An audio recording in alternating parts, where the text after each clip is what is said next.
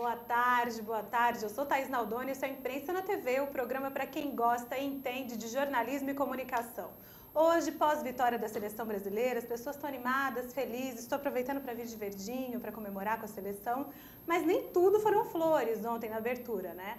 A imprensa internacional está falando muito mal da abertura da Copa do Mundo no Brasil, dizendo que foi pobre, vários veículos internacionais estão tratando do tema e estão dizendo até que agora Vladimir Putin pode ficar abraçado com seu ursão dos Jogos de Inverno, porque nós somos agora o maior mico internacional na abertura de um grande evento esportivo. Bom, para comentar esse e vários outros assuntos, falar de TV pública, falar de interatividade, eu recebo aqui hoje o William Correia, que é o apresentador do Jornal da Cultura e também coordenador de jornalismo do canal. Então a gente tem muito papo para falar e a gente começa agora, né, William? Boa tarde, obrigada por ter vindo. Imagina, o prazer é todo meu. Boa tarde para você e para quem nos acompanha, né? E o que você acha dessa abertura da Copa do Mundo? Você concorda com a imprensa internacional, que falou bastante mal do que aconteceu aqui ontem? Eu acho que tem dois momentos aí. Uma é que a Copa do Mundo ela veio num ambiente que o Brasil não estava adequado para recebê-la, né? Nós sabíamos que teríamos a Copa, que foi conquistada e festejada há mais de 6 anos, mas não nos preparamos como deveríamos nos preparar, com mais know-how, com um tempo de trabalho mais efetivo, né? Acho que a gente confundiu um pouco aquela questão do jeitinho brasileiro. Pode deixar que daqui a pouco a gente resolve isso e não é bem assim para um evento dessa grandiosidade, né? Que é a Copa do Mundo. Então o que ontem nós presenciamos foi isso, foi uma má organização de um evento espetacular, que é um campeonato mundial esperado por todos, né, por muito tempo. Nós aqui esperávamos 64 anos para ter na segunda Copa do Mundo. E nós mostramos um espetáculo precário dentro de campo e um espetáculo precário também fora de campo, né? Dentro de campo, nós perdemos também porque foi um espetáculo, uma abertura num horário inadequado, um horário da tarde, quer dizer, qualquer tipo de movimentação que você faça, você não vai esconder os defeitos, mas também prova que faltou pensar um pouco mais do que se fazer no momento daquele. O Brasil foi no lugar comum. Totalmente. Mostrar plantação, mostrar os índios, mostrar a capoeira, isso é lugar comum. A gente tinha que ir um pouco mais avante, à frente. O Brasil é outro. O Brasil não é mais esse Brasil tupiniquim que todos esperam. A gente é muito mais. Eu lembro que eu morei 3 anos em Angola, e esse período lá foi importante para mim porque eu percebi como o estrangeiro enxerga o Brasil. O Brasil teve um momento muito marcante, muito positivo, de divulgação do seu potencial, do potencial de fazer o comércio, potencial do seu povo, da sua gentileza em receber as pessoas, da forma como o brasileiro conduz a vida, sempre com alto astral, mas também da competência do brasileiro em todos os processos. E nós estamos perdendo isso ao longo do tempo com essas divulgações. E essa Copa do Mundo, eu acho que ela vem consolidar essa imagem negativa que teve um reflexo nos últimos anos fora do país. Fico com a impressão de que tudo que a gente faz é meio amador, né? Ontem me pareceu que nós pecamos um pouco nessa questão da organização. Agora, o espetáculo em si, a bola rola, as pessoas passam um pouco a esquecer os problemas. Verdade. E vamos curtir, vamos torcer pelo Brasil. Apesar de que há muito questionamento em relação ao nosso segundo gol.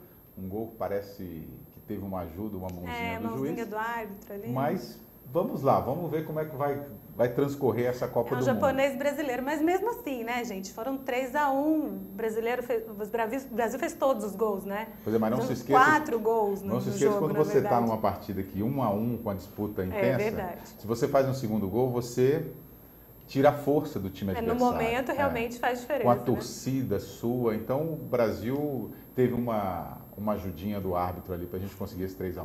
Verdade. Bom, falando de dentro de campo, vamos falar um pouquinho de fora de campo. Ontem, antes de começar a partida, também jornalistas foram agredidos em manifestações que estavam fazendo a cobertura.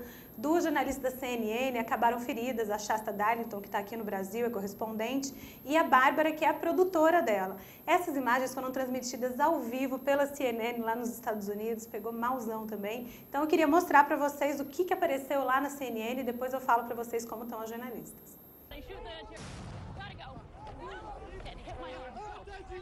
Ese es uno de los estallidos que ocurrió en esta pequeña movilización que ocurre en Brasil, a 11 kilómetros aproximadamente de uno de los estadios que será sede del Mundial. Como lo comentaba mi compañera Shasta Darlington, que resultó con una lesión en el brazo en este incidente, hay una persona arrestada y la policía de Brasil está intentando mantener todas las manifestaciones contra el Mundial a por lo menos 5 kilómetros de distancia de los estadios. Hay que recordar que estas manifestaciones están ocurriendo debido a un grupo de personas que no quiere la realización. Correspondente da CNN, você vê aí, essa é a Shasta, do lado tem a produtora com uma roupa florida. Aí você vê, o momento do empurra aí à direita do seu vídeo, ela de amarelo, de colete, aí ela cai, ferida. Aí, ao momento em que a bomba foi lançada, ela que teria sido ferida, então, por estilhaços de bomba. Você tem, então, a imagem do momento em que essa jornalista, a produtora da correspondente da CNN no Brasil, foi ferida nessa manifestação. A Sasha Darniston, ela falava nesse momento, gravava um vídeo, aí você vê até que ela se assusta com a explosão, e a produtora, que está vestida de amarelo e também com uma manga mais florida, você vê ali ela bem do lado ali, ela está de colete também, você vê, ela vai aparecer logo depois aí dessa gravação, ali tem um empurra-empurra, aí logo ela ali, né? E agora ela até puxa, por exemplo, a Sasha para sair um pouquinho, mas ela é ferida por estilhaços. As informações que chegam agora nesse momento é que ela teria sido ferida nas pernas. E a gente segue com outras informações sobre o protesto em São Paulo. Ana Paula. Nós temos outra manifestação acontecendo nesse momento, agora é no bairro do Tatuapé. De volta aqui com a Imprensa na TV. Antes da gente comentar o vídeo, pode mandar perguntinhas pra gente, conversar, não tem o menor problema, a gente recebe com todo prazer sua participação, fácil, fácil. Usa a hashtag TV da Internet ou a hashtag Imprensa na TV. Pode chamar também pelo Facebook, chama ali pelo Twitter, de qualquer forma, a gente continua conversando, ok? Bom, tanto a Shasta quanto a Bárbara tiveram ferimentos leves e estão bem. Elas foram liberadas logo depois do hospital. A Bárbara deu um pouquinho mais de medo porque o ferimento foi muito feio e ela precisou ser retirada da manifestação de maca. Mas outros jornalistas foram atingidos também. Teve um cinegrafista do SBT que teve um estilhaço no rosto, foi curado lá na hora e continuou trabalhando. Um jornalista argentino também teve ferimentos na perna e um outro do canal de TV italiano recebeu uma bala de borracha na perna, mas também está bem agora.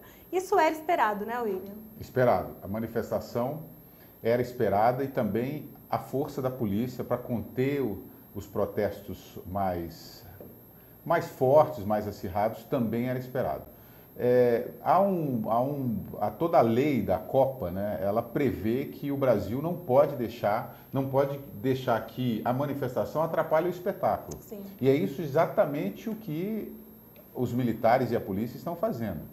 Eles estão proibindo excessos. Você vê que tinham duas manifestações, uma dos metroviários e outra promovida por esse grupo mais radical Black Blocs.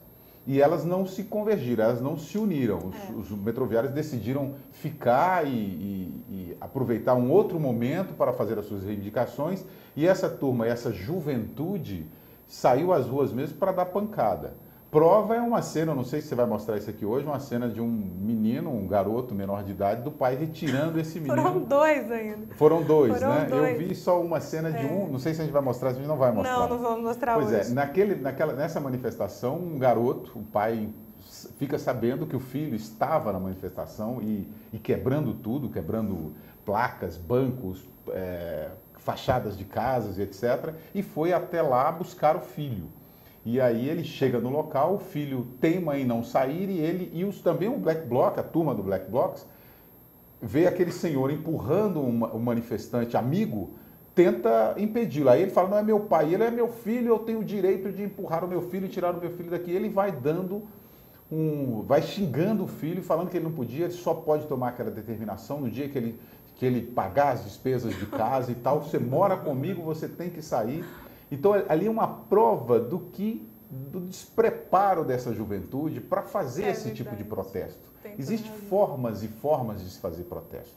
De você até mostrar a sua indignação, se você não quer Copa, se você não ficou satisfeito com os gastos públicos que essa Copa propiciou, são 26 bilhões de reais investidos com dinheiro público para só de estádios foram 9 bilhões. Então, se você está insatisfeito com isso, há formas de você protestar.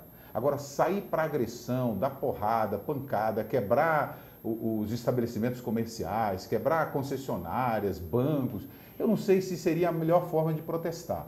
Mas, bem, protestaram. A imprensa mundial está aqui, porque nós temos um espetáculo mundial. É claro que eles vão divulgar. Claro. Nós, da imprensa, procuramos o diferente e o que há de mais diverso, né? Em qualquer evento, em qualquer local. Né? O fato era que nós estávamos com uma Copa do Mundo dentro do campo e uma manifestação na rua. Estava se esperando mesmo o confronto. E, infelizmente, a menina da CNN, não sei se por despreparo, estava no meio do confronto. No meio. Então, se você escolheu fazer a cobertura no meio do confronto, você está entre fogo cruzado. Com certeza. Não tem... Numa guerra, quando a gente vai fazer... Só você, eu nunca fui fazer uma cobertura de guerra, mas quem vai...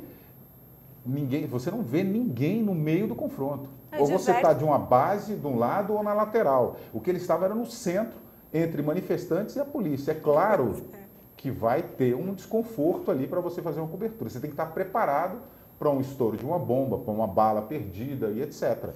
E, na verdade, ela não estava preparada. Tinham vários jornalistas, antes de virem para o Brasil, passaram por cursos, que era de cobertura de situações de conflito, porque já esperavam por isso. A Shasta estava morando no Brasil, ela já deveria saber que geralmente quem sofre mais com isso não são os repórteres, são os câmeras, né? Os cinegrafistas e os fotógrafos. Ficam na frente, né? Esses é que precisam ter o registro mais preciso da manifestação, né? Mas o repórter, ele consegue ficar um pouquinho externado, fora daquele conflito, né? Para fazer a cobertura, para verificar. Você pode verificar de uma certa distância, uma distância que te protege, mas que você não esteja fora daquele objeto que você vai narrar daqui a pouco. Né? Então, eu acho que é claro, há abuso de todos os lados. A gente viu cenas de violência por parte da polícia e viu cenas de violência por parte dos manifestantes. Não estou aqui protegendo nenhum lado nem o outro. Eu acho só que quem está protestando tem que também saber protestar. Claro. Porque se você abusar, a polícia vai abusar. Isso não há dúvida. Eles estão aí para coibir, para trazer a paz e a tranquilidade. É claro que há uma divergência nessa coisa. A polícia trazendo a paz, né? Ontem a gente estava discutindo no Jornal da Cultura o Exército, que nós estamos aí 10 anos da tropa brasileira no Haiti. Aí nós estamos discutindo justamente isso. O Exército foi enviado para o Haiti para buscar a paz. O Exército buscando a paz também é algo que não funciona muito bem, né? Não combina, Temos outras formas de buscar a paz, né? É verdade. Bom, antes da gente trocar o assunto, de parar de falar de Copa, eu quero mostrar para vocês um trechinho do William trabalhando lá no Jornal da Cultura, para vocês verem, quem ainda não conhece, duvido que não conheçam, o trabalho do nosso convidado aqui de hoje.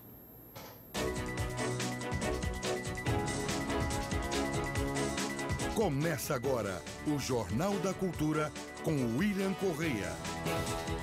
Boa noite. Preso novamente por risco de fuga, ex-diretor da Petrobras, Paulo Roberto Costa, teria depositado 23 milhões de dólares em conta na Suíça. Metroviários de São Paulo fazem assembleia e anunciam que não haverá greve amanhã, dia de abertura da Copa do Mundo. E veja também nesta edição. Advogado de José Genuíno é expulso do plenário do Supremo após desentendimento com o ministro Joaquim Barbosa. A República não pertence a Vossa Excelência e nem a sua grei. Depois de 14 anos e gastos de R$1 bilhão, metrô de Salvador é inaugurado com apenas 7 quilômetros de extensão. Mania dos selfies faz gente descontente com a imagem na foto recorrer à cirurgia plástica. Eu não gostava que as pessoas me vissem de perfil, eu tinha vergonha, morria de vergonha. Homem passa 2 dias em cima de uma árvore no Paraná para fugir da enchente. Feira em Los Angeles mostra as novidades no mundo dos games.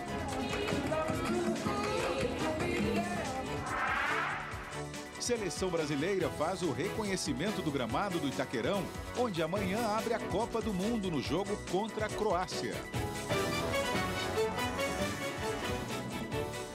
E nossa bancada tem hoje a presença do coordenador do Grupo de Análise Internacional da USP, Ricardo Senes, e do professor de Medicina também da USP, Rolf Gemperli. E você pode enviar perguntas aos nossos comentaristas através do Twitter e do Facebook do Jornal da Cultura. A Polícia Federal prende pela segunda vez o ex-diretor de abastecimento da Petrobras.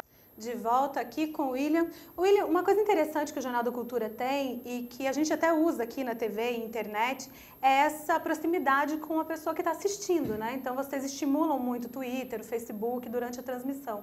Isso muda muito o caráter do jornal, vocês receberem tantas opiniões e as críticas também vêm muito em cima, né?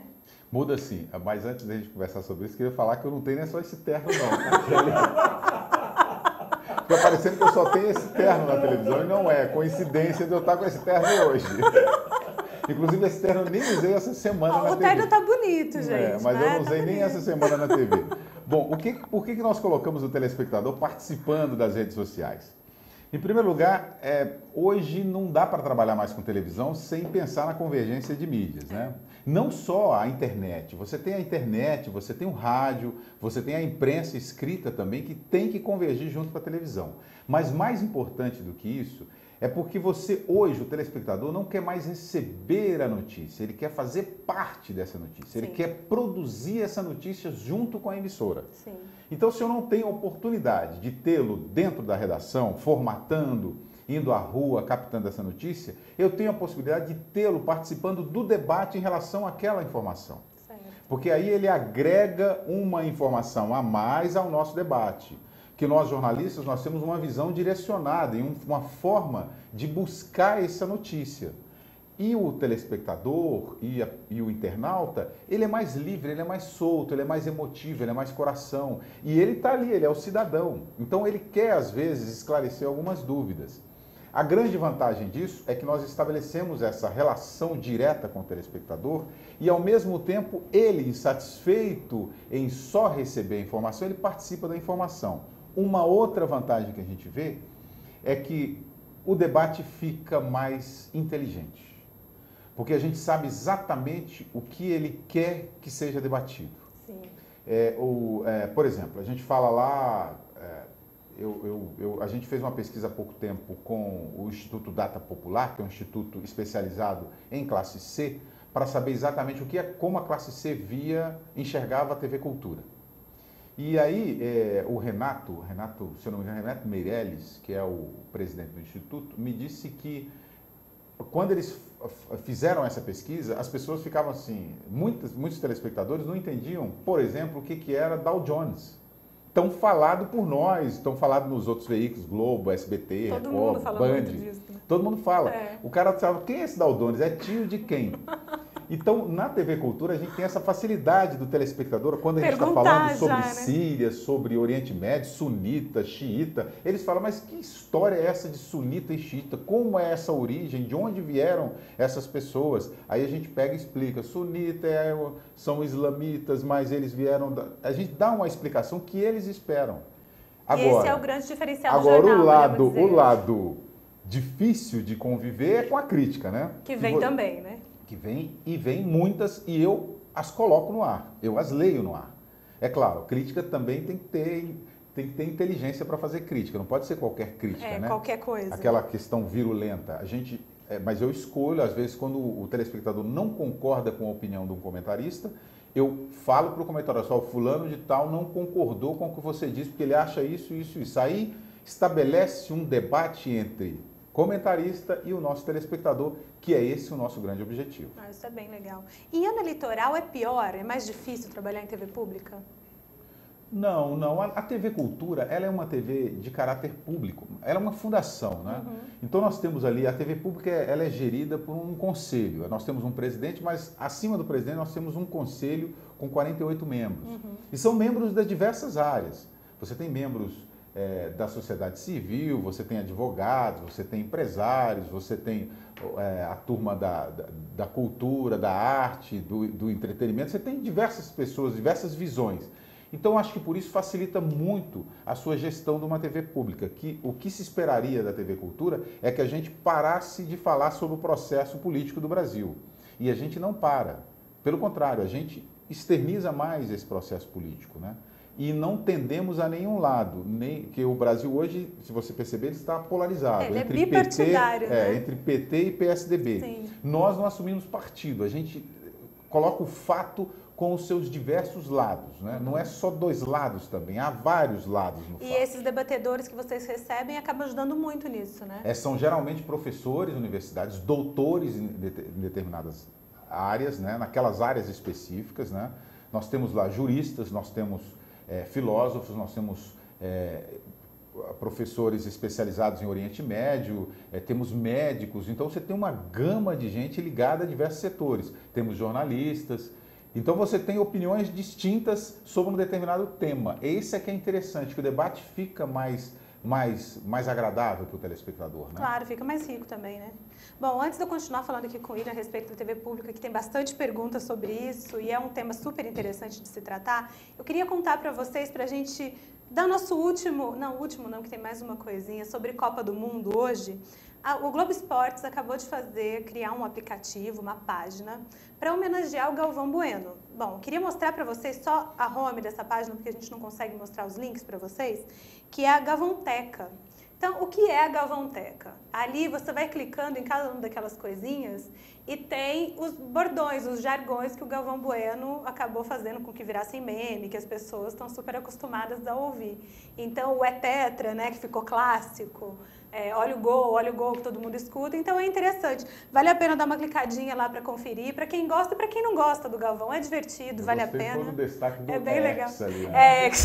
Também. Tá em destaque. Já deixaram pronto ali. Você acredita no X, Willian? Não. Não? Não acredito. Não acredito. Nós temos a seleção, é uma boa seleção, mas eu não acredito. Mas ontem, com aquela cena lá do segundo gol, eu já fiquei na dúvida. Hoje eu já amanheci em dúvida. Você acha que pode ter rolado uma mãozinha amiga ali? Eu não sei se teve o objetivo disso, né? Do juiz, o árbitro ir lá e, como a gente diz no popular, ser comprado, né? Mas que houve um erro do árbitro, houve. Então, eu não sei se a pressão da própria torcida, a pressão da sede que é o Brasil e o time brasileiro está jogando naquele campo, né? Já imaginou se o Brasil empata ou perde aquela partida? É verdade. Não seria um bom começo, tendo em vista o que está ocorrendo fora dos gramados, né? Nossa, nem fala. Você acha que é possível que a vitória da seleção ou a derrota da seleção de alguma forma interfira na corrida eleitoral? A vitória não, porque há estudos de que a vitória em ano eleitoral não interfere em absolutamente nada. Mas eu acho que nesse momento, na forma como o Brasil se encontra, de muita gente insatisfeita e manifestando, desde junho do ano passado, o Brasil saiu às ruas e não teve os pleitos atendidos. Então ainda há uma insatisfação muito grande do brasileiro em relação ao organismo governamental. Eu não digo não é no governo do PT, governo federal, é tudo. Ao Congresso Nacional, ao Senado, ao Judiciário, o Estado brasileiro. Então, o pleito do brasileiro não foi atendido. Então, o momento é um momento um pouco conturbado. Se o Brasil perde uma Copa que todo mundo está rejeitando pelos gastos públicos, vai ser difícil você assistir uma final, uma quartas de final, uma semifinal, sem a presença do Brasil. Verdade. Vai haver um conflito. E esse conflito pode sim refletir numa queda de audiência, de intenção de voto da presidente Dilma Rousseff, que tem perdido desde fevereiro, até hoje ela já perdeu, segundo o Ibope, 10 pontos percentuais na corrida eleitoral. Talvez seja também um pouco de inércia, né? Porque a gente espera que a presidente, que ela responda, né, alguma coisa. Talvez a falta de ontem, por exemplo, ela ter feito um pronunciamento, ainda que pequeno, denote algum tipo de encolhimento mesmo, né? Na verdade, ela trocou o pronunciamento pelas pombas, né? As pombas brancas. Porque geralmente o que é de praxe em abertura de Copa do Mundo é o chefe de Estado, que está recebendo a Copa como sede, e o comandante da FIFA fazerem um pronunciamento. Pelo menos estão abertos os jogos, ou está aberta a Copa do Mundo, né, no Brasil e tal. E não foi feito aquilo porque ela temia vaias, mas em diversos momentos durante a partida ela foi vaiada. Foi vaiada e se escondeu. Hoje a presidente está recebendo no Palácio do Planalto a imprensa para falar sobre essas vaias. Mas pelo que a gente acompanhou, ela recebeu muito bem essa questão das vaias e disse que não vai mudar em nada do que ela pensa, porque ela já teve coisas muito piores durante o regime militar do que que simples vaias, né? Isso não é verdade. Mas vamos ver como é que é o futuro disso tudo. Bom, tem bastante gente que tem dúvida quanto ao pautar de um jornal diário. Então, eu queria que você contasse um pouco a respeito disso. Como que começa a tua rotina, desde que você chega lá, que hora chega? Porque as pessoas têm mania de achar também que os apresentadores chegam 3 minutos antes do jornal começar, e não é o caso, não? Eu sei por que eles pensam isso. Porque no passado o apresentador não era jornalista. Nós tivemos aí Cid Moreira, Sérgio Chapelin e tantos outros que não eram jornalistas, eles eram apenas os que a gente fala narradores, locutores, né? Sim. Então eles não participavam realmente da formatação do processo jornalístico. De um tempo para cá, eu acho que mais com a presença do próprio Boris Casoy, né, que foi o primeiro âncora do telejornalismo brasileiro, daquela época do Boris, da presença do Boris no SBT para cá, houve uma mudança grande nessa relação do jornalista com a televisão, do apresentador com o telejornal. Então hoje, como a gente falou anteriormente aqui, dessa participação que o telespectador quer muito mais do que só receber a notícia em casa. Ele quer uma participação. E você não consegue dar isso se o apresentador não participar do formato, das pautas desse jornal. Então, como é a rotina de um telejornal? Eu vou citar aqui da TV Cultura.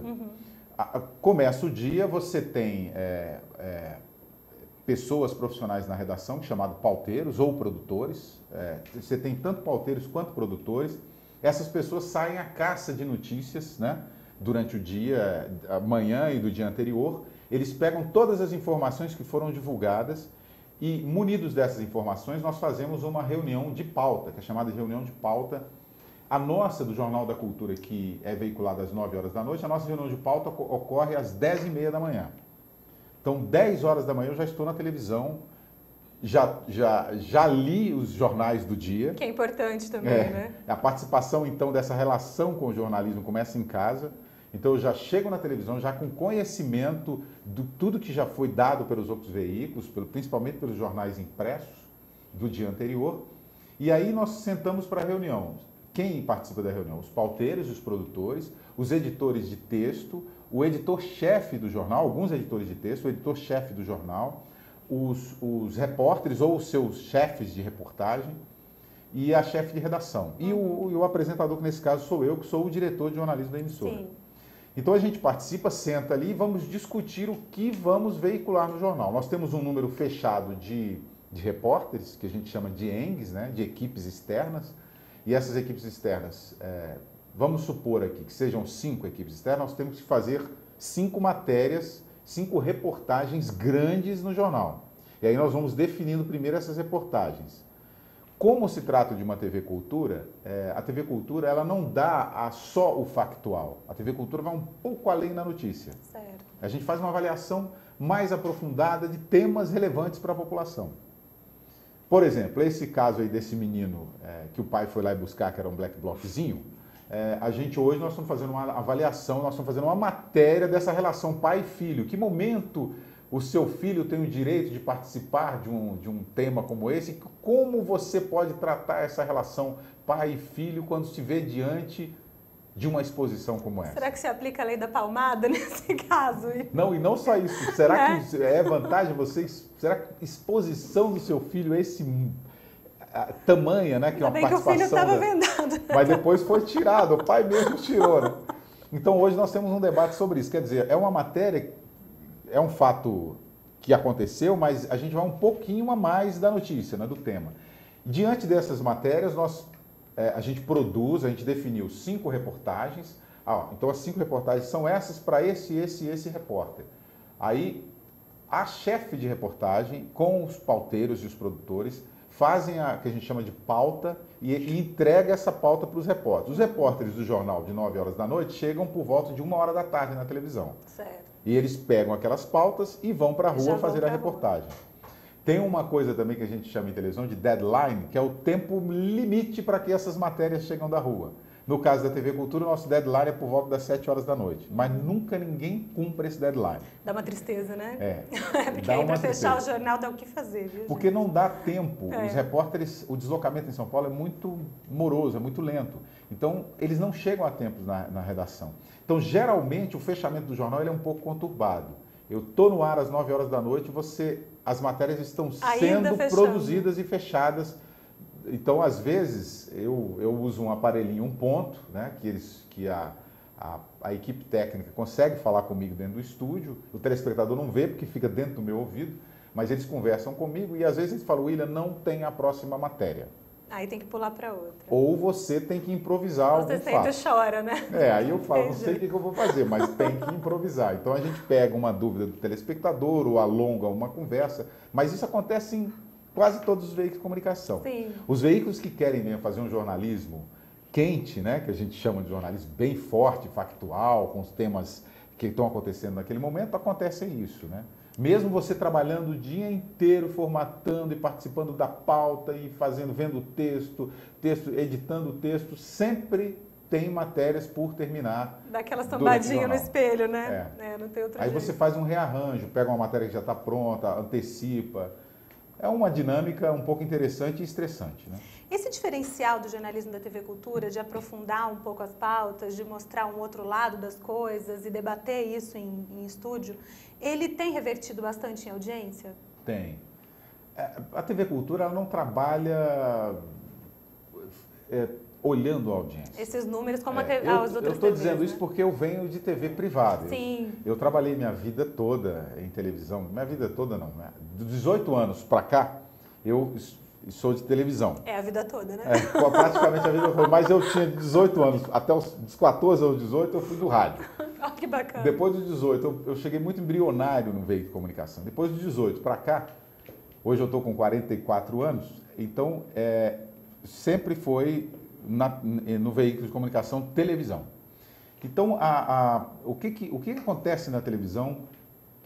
A gente tem uma dificuldade de trabalhar a televisão no seu dia a dia porque ela é muito ágil, né? É muito rápido.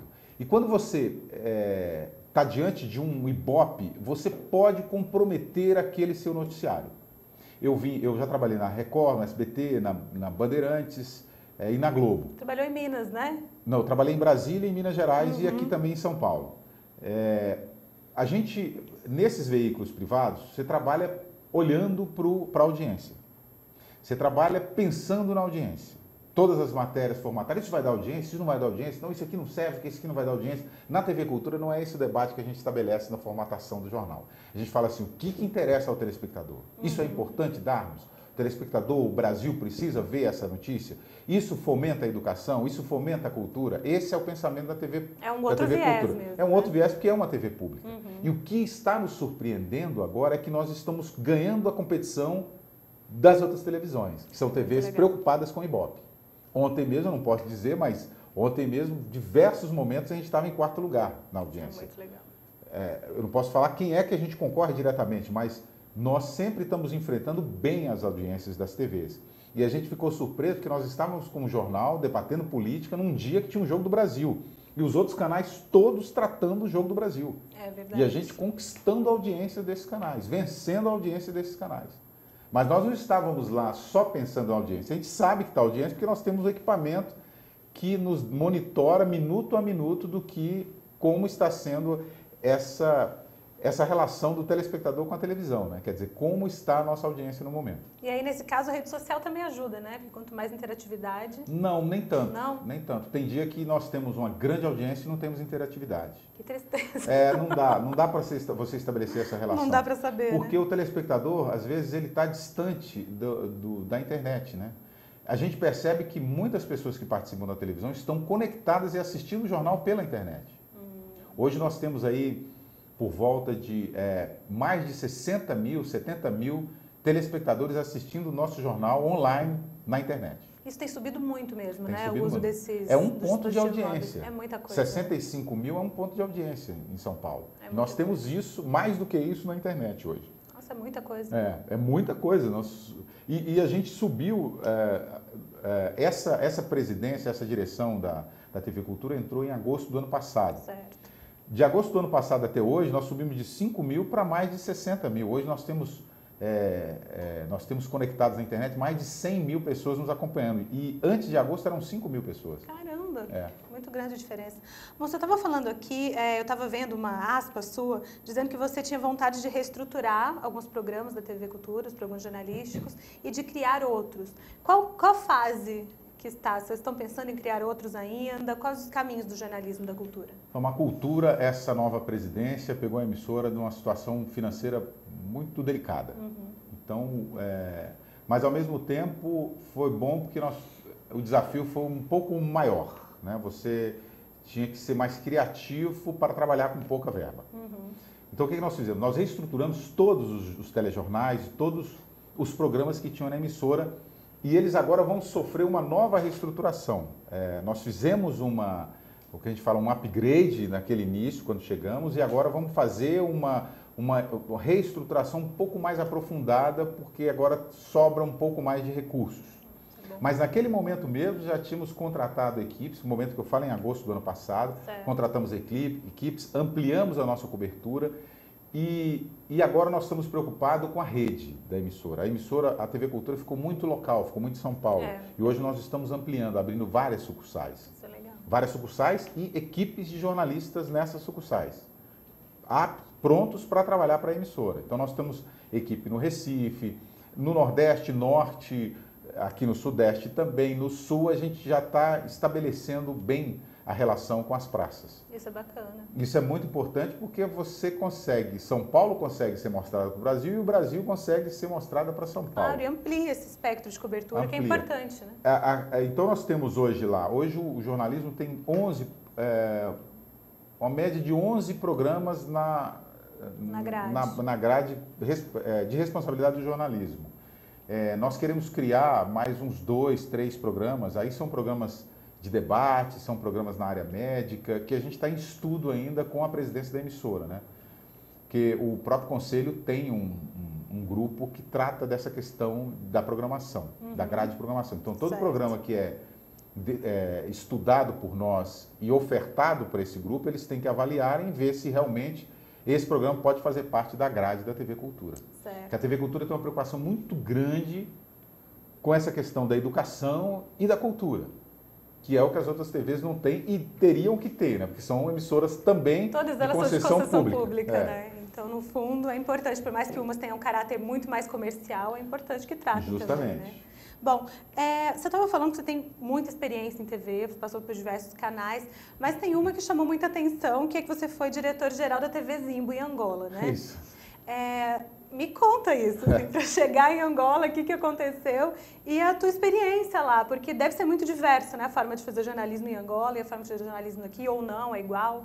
É diferente, é diferente. Angola, as pessoas têm que conhecer um pouco o que é Angola. Não sei se os nossos internautas conta aí pra gente. Tem essa noção do que é esse país, né? Esse país da África. Angola é um país que em 2002 acabou a Guerra Civil, ficou 35 anos em Guerra Civil. Então, desde 2002, ele vem tentando tirar o atraso desses 35 anos de regresso, né? Que a Guerra Civil destruiu o país, era um país belíssimo, beleza natural esplêndida, e foi destruído pela guerra, pelos próprios cidadãos. E desde 2002 ele vem investindo pesadamente o governo. É um governo que foi eleito recentemente, mas foi a primeira eleição, só que o governo está lá há 35 anos. Ave Maria. E é um governo militar. Então, nossa, eleição de governo militar. Eleição de governo militar, a concorrência, aí é um aspecto que não é nem bom aprofundar, mas dá para o internauta entender de que a relação jornalismo e liberdade de imprensa em Angola é um pouco diferente, né? Já dá para perceber, né? Então, eu recebi um convite, eu trabalhava na Bandeirantes de Brasília, eu era o diretor de jornalismo da Band de Brasília, e recebi um convite para remontar uma emissora na África. Caramba. E depois é que eu soube que era Angola. E mesmo sabendo que era Angola, estudando sobre Angola, eu não imaginava o que eu ia encontrar pela frente. Então, quando eu cheguei a Angola, primeira vez que eu parei no aeroporto, eu achei que eu fosse passar pelos aqueles detectores de metais, que logo depois teria um cara com AK-47, não sei o que, um carro blindado e tal. E não era nada disso que eu vi. Eu vi um país vivo, com um monte de brasileiro e um povo igualzinho o nosso. Sério? Um povo festivo, alegre, animado e a fim de fazer e acontecer. Que bacana. Um povo receptivo. E aí foi bom, porque eu cheguei num país onde as pessoas queriam fazer uma televisão melhor, com a cara aproximando da TV brasileira, porque nós somos referência no mundo, né? A nossa televisão, por conta da própria Rede Globo, né? Que hoje é uma das maiores emissoras do país, e vende conteúdo, né? Para o mundo todo. Né? Do mundo todo. Então, eles tinham essa idolatria com a mídia, com a TV brasileira. Então, quando eles me convidaram para remontar essa televisão, eu tinha um desafio que era fazer uma televisão com cara de Brasil, mas com alma de angolano. Que é então, importante. Em primeiro lugar, eu tinha que conhecer a alma desses angolanos, né? Aí eu percebi que era muito parecido com a gente. Era só ir lá para Salvador e ficar uns dias lá que eu ia virar angolano. Tava tudo certo. Então não precisava nem ter ido a Angola. Era muita relação que eles têm assim com o Brasil, é muito grande. Então eu consegui ir para lá e no início da minha gestão em Angola foi difícil, por quê? Porque eu não conhecia o mercado de anunciantes do país. E a TV não tinha verba para se estabelecer como televisão. E lá tem 3 televisões, grandes televisões, que é essa TV, que é a TV Zimbo, que é a única TV privada do Brasil, de Angola, e 2 outras TVs que são TVs públicas, que são grandes, é uma TV pública muito estruturada. E com a audiência, a TV pública de lá se compara com a TV Globo daqui, essa relação. Então eu tinha que enfrentar uma Globo de Angola. E a Zimbo, então, qual que era a vantagem que tinha com a Zimbo? Que a população queria também um porta-voz. Uma coisa diferente, na comunicação. Né? Então nós estabelecemos foi isso. A gente não enfrentava o governo na questão jornalística, mas ao mesmo tempo dava uma conotação um pouco diferente da TV pública. A gente não fazia propaganda para o governo. Até porque essa foi uma relação que eu estabeleci com o próprio governo. Vocês querem fazer uma TV diferente? Então vamos fazer uma TV que não faça propaganda de vocês. Vamos fazer uma TV para a população. Assim? Funcionou e deu certo. Nossa, que bacana. O jornalismo, ele era um pouco crítico, ele tinha uma crítica, não batia diretamente no governo, mas ele era crítico ao Estado como um todo, né? A falta de educação, a falta de, não só da saúde, a assistência médica precária, a falta de educação da população, porque eles não têm essa relação com a gente da limpeza das ruas, da limpeza pública, de não fazer necessidades no meio da rua, não tem essa relação. Porque quando houve a guerra, isso eu estou falando de Luanda, a sede é em Luanda, que é a capital. Quando houve a guerra, todo cidadão angolano foi para Luanda. Você imagina, pessoas acostumadas ou pessoas que não tinham relação ou contato com a civilização, foram todos para Luanda se proteger da guerra, da agressão. Como uma cidade super populada, sem infraestrutura, né? A cidade extremamente populosa, sem infraestrutura. Angola tem pouco mais de 20 milhões de habitantes, só em Luanda são 15 milhões. Caramba. Então você vê um país acabando de sair de uma guerra civil, que tentando tá todo mundo se reestruturar, todo mundo junto. Então a TV lá tinha um papel, a TV privada tinha um papel também público. Até educativo, né? Totalmente educativo. Nós tínhamos campanhas lá educativas, a gente fomentava a educação, tinha programa como o Globo Rural aqui no Brasil, programa falando como é que a pessoa deve plantar, como é que o professor deve ensinar, como é que o aluno deve receber esse ensino. Tinham vários programas educativos, mas ao mesmo tempo programas com viés de entretenimento. Que bacana. Para também o telespectador nos acompanhar. Nossa, um exercício grande, né? E deu certo. A TV foi muito bem. Nós passamos nós ficamos como a segundo lugar em audiência. A gente era o último lugar, porque eu falei que tinham 3 TVs, mas que pegavam que os angolanos assistiam era a Globo, a Record, a Band pegava lá, as TVs portuguesas, todas as TVs portuguesas, TVs da Inglaterra. Então, tinha um espectro grande, né? O espectro era grande e a gente era a última televisão de audiência. E nós passamos a ser a segunda televisão em um ano. Que bacana. Eles se identificaram então com o projeto? Se identificaram totalmente. E o Zimbo tem uma relação muito importante com Angola, porque Zimbo foi a primeira moeda de troca de Angola. Zimbo é aquela concha do mar, aquela conchinha pequenininha, para eles o nome dela é Zimbo. Certo. E foi a primeira moeda de troca do país, de Angola. E aí eles já estabeleciam aquela Zimbo, tanto é que o slogan é "Essa é nossa". Eu coloquei um slogan para puxar o telespectador para mim, "Essa é nossa". E deu certo. Que bacana. E quando você voltou para o Brasil, qual foi o motivo da volta? O motivo da volta foi que a gente tinha um contrato de 1 ano, aí foi renovado por mais 2 anos e eu precisava de voltar para o meu país. Eu estava com saudade. Eu deixei esposa e filhos aqui. Ah, eles não foram junto? Eles ficaram pouco tempo, 3 meses lá, mas não se adaptaram. Não se adaptaram escola e etc. Aí eu achei melhor que eles ficassem por aqui e depois eu fiquei órfão, né? De família. De família. E aí isso fez uma pressão para eu voltar e eu voltei. Só que quando eu voltei, eu falei assim, eu não trabalho mais em televisão, eu vou dar uma descansada, não quero mais mexer com isso, vou fazer outra coisa. Eu comecei a dirigir uma revista em Belo Horizonte, uma revista na área de meio ambiente. Não queria fazer uma coisa completamente diferente do que eu já fazia. Não funcionou. Não funcionou, não deu certo. Rapidinho já me buscaram. Ah, mas é bacana. Você fez também uma carreira sólida, né, em TV e com credibilidade, fazendo projetos interessantes. É muito difícil você sair desse mundo, né? É muito complicado, né? Até por gostar também, né? Que a gente se identifica com o veículo, no fim das contas. Com certeza. Muito bom.